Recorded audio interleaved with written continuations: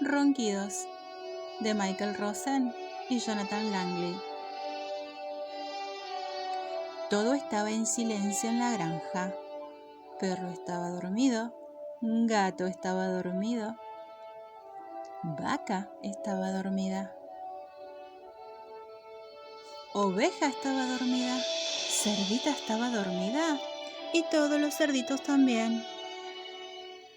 Todo estaba en silencio hasta que ronquido y gato se despertó, vaca se despertó, oveja se despertó, cerdita se despertó y todos los cerditos también. ¡Ronquido! Era tan ruidoso que nadie podía dormir. Ni gato, ni vaca, ni oveja, ni cerdita, ni todos los cerditos. ¡Ronquido! ¿Qué hacemos para que perro deje de roncar?, dijo gato. Ya sé, dijo vaca, y vaca se acercó a perro y ¡achú!, estornudó en la oreja de perro. ¡Ronquido! Ya sé, dijo oveja, y oveja se acercó a perro y ¡bú!, gritó en la oreja de perro. ¡Ronquido! Ya sé, dijo cerdita, y cerdita se acercó a perro y ¡jeje!, gritó en la oreja de perro. Todos los cerditos también gritaron ¡jeje, jeje! ¡Ronquido! Ya sé, dijo gato, ¿por qué no le cantamos? Tal vez así deje de roncar y nosotros podemos dormirnos otra vez.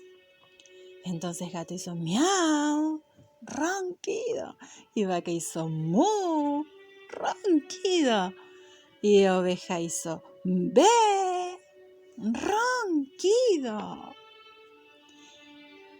y cerdita hizo oin, y todos los cerditos hicieron oin, oin, oin, ronquido. Perro seguía roncando, nadie lo despertaba. Luego, al salir el sol, Gallo se despertó y cantó ¡cocorocó! Y Perro se despertó sobresaltado. Se fue corriendo por el camino, después de un sueño tranquilo y reparador. Pero Gato y Vaca y Oveja y Cerdita y los cerditos estaban tan cansados que se quedaron dormidos y roncando. Obvio. Y colorín colorado, este cuento se ha terminado.